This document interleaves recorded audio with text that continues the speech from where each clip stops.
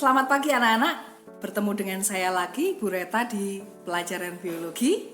Tentunya pada pertemuan kali ini Bu Reta akan menyampaikan materi-materi pelajaran biologi apa saja sih yang akan kita pelajari selama 1 tahun ke depan.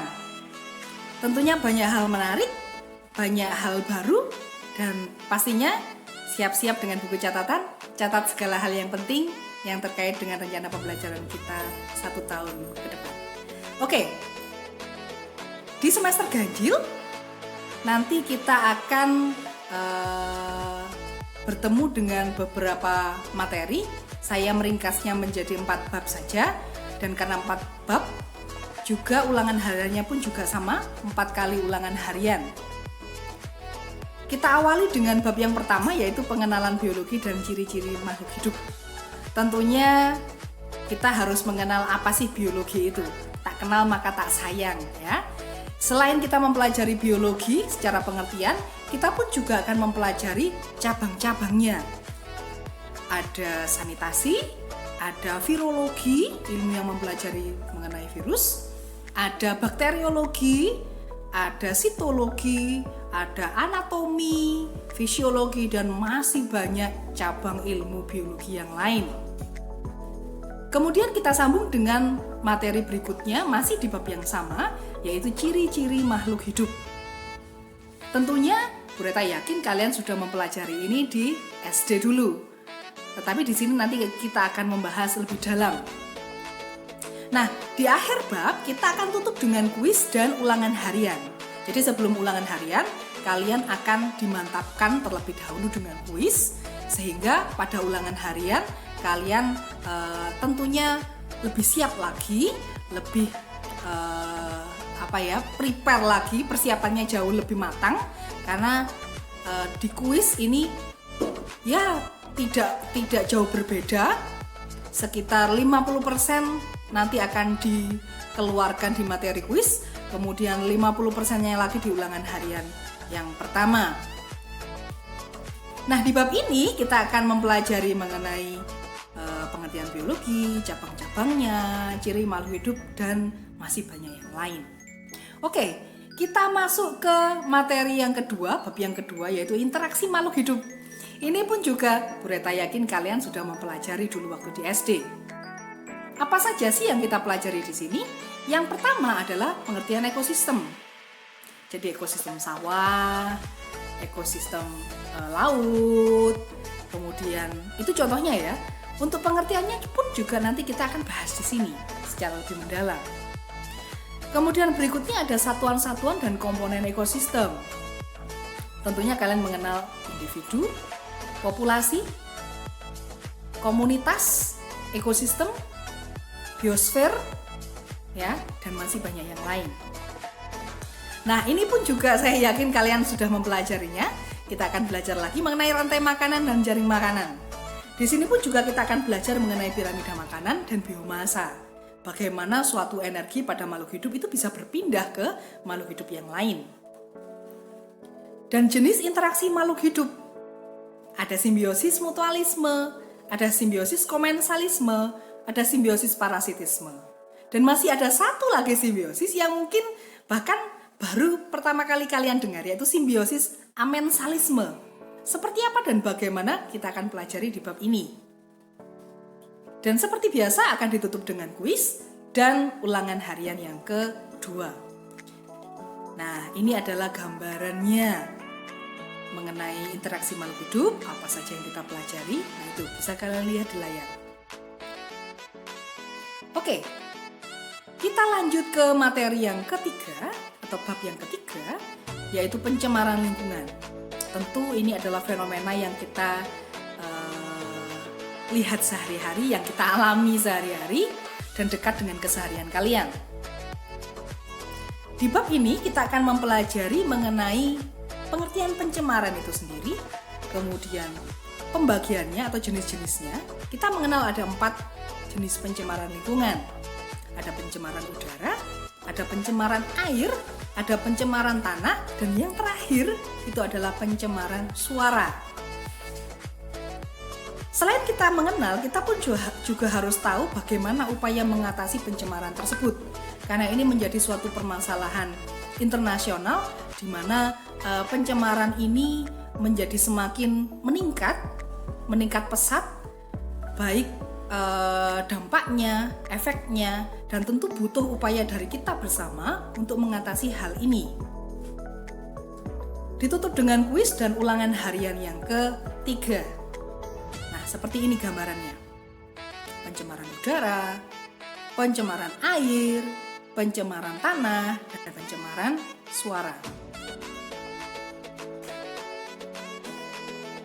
Berikutnya, kita akan masuk ke bab yang keempat, yaitu mengenai klasifikasi makhluk hidup. Dari kata klasifikasi, artinya adalah pengelompokan makhluk hidup.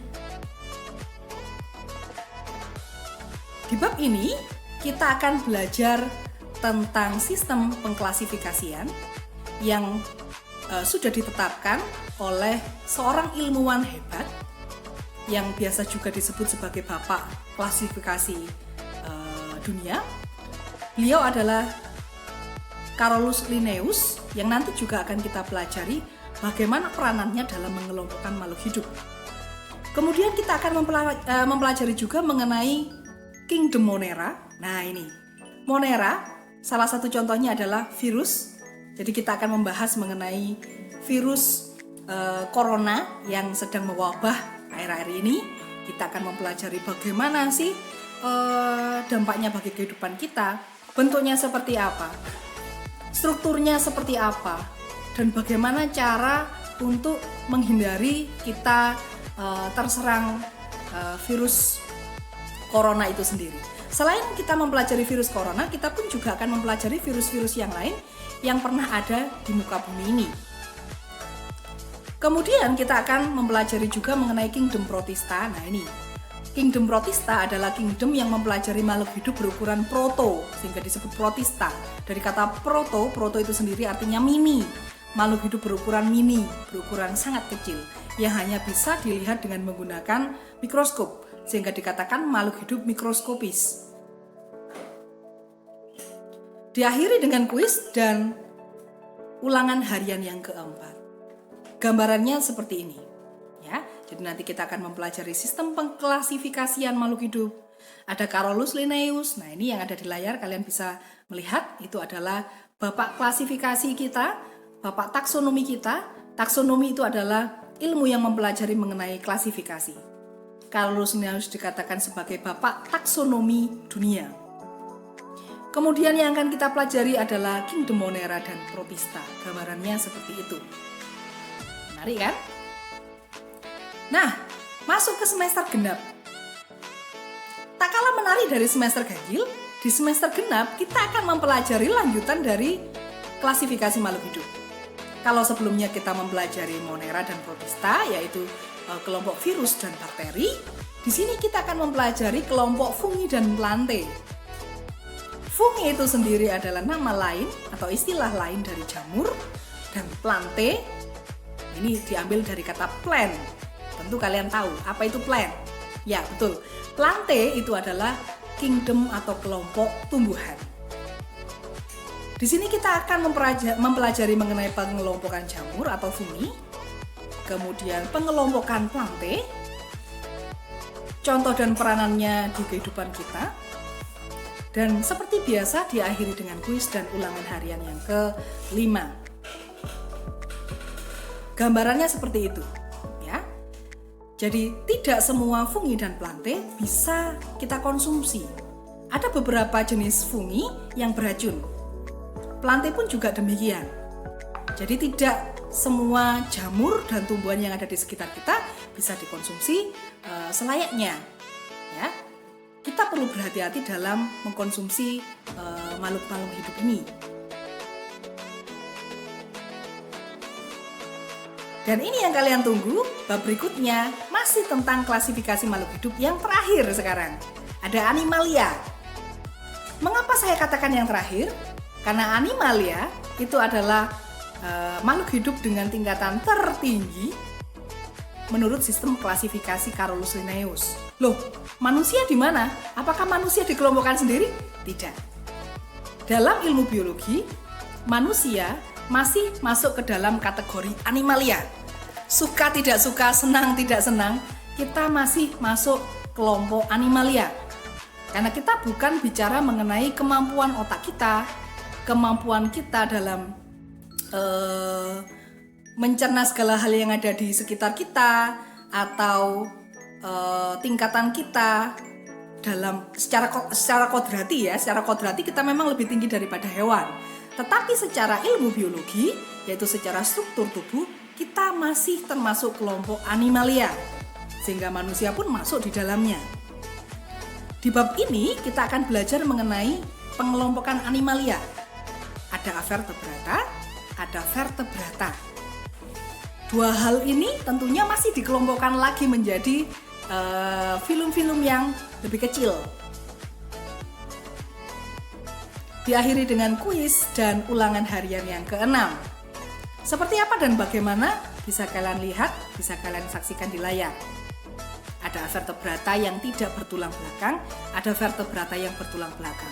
Tentunya manusia masuk di bagian yang mana? Tentu saya yakin kalian sudah paham. Berikutnya kita belajar mengenai organisasi kehidupan. Jadi tidak hanya organisasi-organisasi kemasyarakatan di sekitar kita, tubuh kita pun juga memiliki organisasi. Diawali dengan bagian yang paling kecil dalam tubuh kita, yaitu sel, diikuti dengan jaringan, organ, sistem organ, dan organisme yaitu makhluk hidup. Pertama kita mempelajari mengenai sejarah penemuan sel.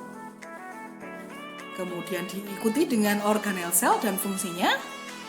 Kemudian ada jaringan pada tumbuhan dan hewan, organnya, sistem organ.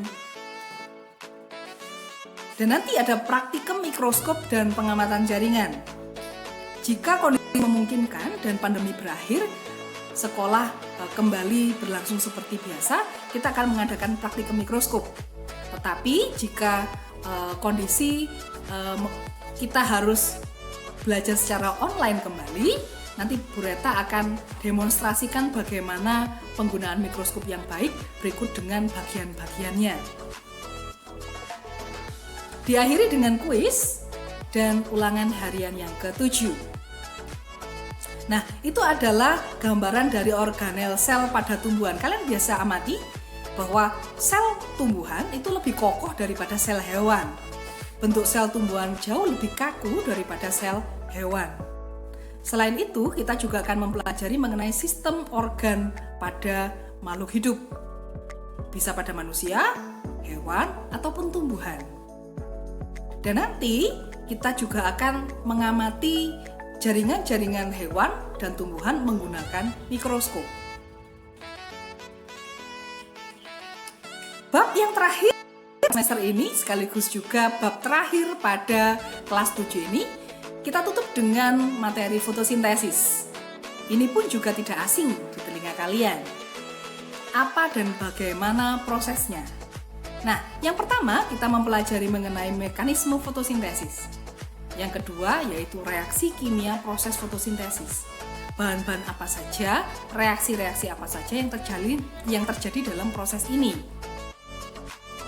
Yang ketiga ada uji fotosintesis. Nanti kita akan mengenal dua jenis uji fotosintesis, yaitu uji fotosintesis versi Ingenhousz dan uji fotosintesis versi SAS. Kita tutup dengan kuis dan yang terakhir adalah ulangan harian yang ke-8 sekaligus juga ulangan harian yang terakhir di tahun 2020-2021 ini. Seperti apa gambarannya? Nah, ini. Ada mekanisme fotosintesis, reaksi kimianya, uji SAS, dan uji Ingenhousz. Bisa kalian amati di layar.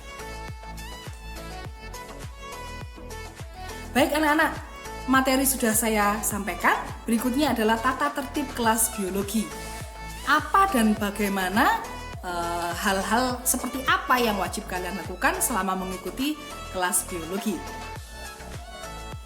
Yang pertama, mengikuti pembelajaran tepat waktu, tidak terlambat. Dan kalaupun terlambat, harus menyertakan alasan yang jelas, harus dengan alasan yang jelas. Kemudian yang kedua, menggunakan seragam sesuai dengan hari tersebut. Yang ketiga, mengumpulkan tugas tepat waktu. Di setiap tugas saya akan menyertakan tenggat waktu atau deadline kapan harus mengumpulkan tugas tersebut. Yang keempat adalah wajib presensi. Jadi setiap pembelajaran akan saya sertakan presensi khusus. Bukan presensi dari wali kelas, tetapi presensi khusus dari mata pelajaran biologi. Dan yang terakhir adalah tertib dalam mengikuti pembelajaran. Tidak tidur-tiduran, ya, tidak sambil makan. Jadi benar-benar tertib mengikuti pembelajaran, layaknya kalian berada di kelas seperti biasa. Apa saja jenis penilaian mata pelajaran biologi? Yang pertama adalah observasi keaktifan. Saya akan mengamati keaktifan kalian, termasuk presensi di dalamnya, dan juga keaktifan dalam bertanya.